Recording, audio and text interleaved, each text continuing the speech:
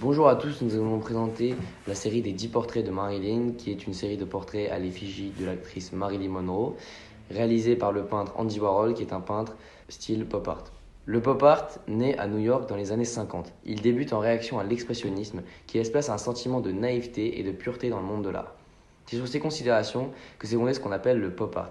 Il y a deux types de pop art, le pop art américain et le pop art anglais. Andy Warhol est surtout poncif sur la société de consommation, on a pu le voir avec la série des soupes Liz. De son œuvre la plus populaire, la série des 10 Marilyn, créée entre 1963 et 1967. C'est une série de 10 portraits à l'effigie de Marilyn Monroe, basée sur une photo publicitaire du film Niagara. Cette œuvre a été réalisée entre 1963 et 1967.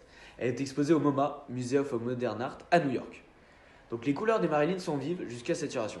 La couleur du maquillage des paupières est la même que celle du fond de la toile. Les couleurs sont ici irréelles par rapport à celles de la peau humaine.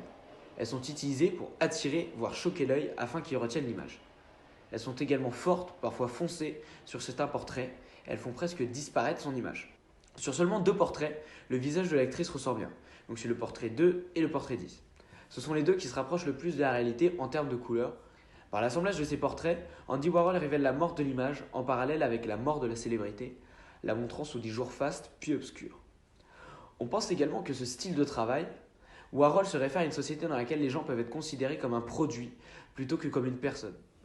Avec moins de nuances et en utilisant des couleurs vives, Warhol met en avant la planéité émotionnelle et montre subtilement le côté superficiel de cette femme. Un sexe symbole créé par la société, une femme qui est tout ce que la société veut qu'elle soit. En se concentrant sur ses caractéristiques emblématiques, Warhol nous rappelle qu'il existait une vraie femme derrière son image. La sérigraphie est un procédé d'impression qui permet à Warhol d'être très efficace dans la création de ses œuvres. En manipulant l'échelle et la couleur d'une feuille à l'autre, Warhol modifie l'impact visuel du tissu militaire utilisé pour la dissimulation.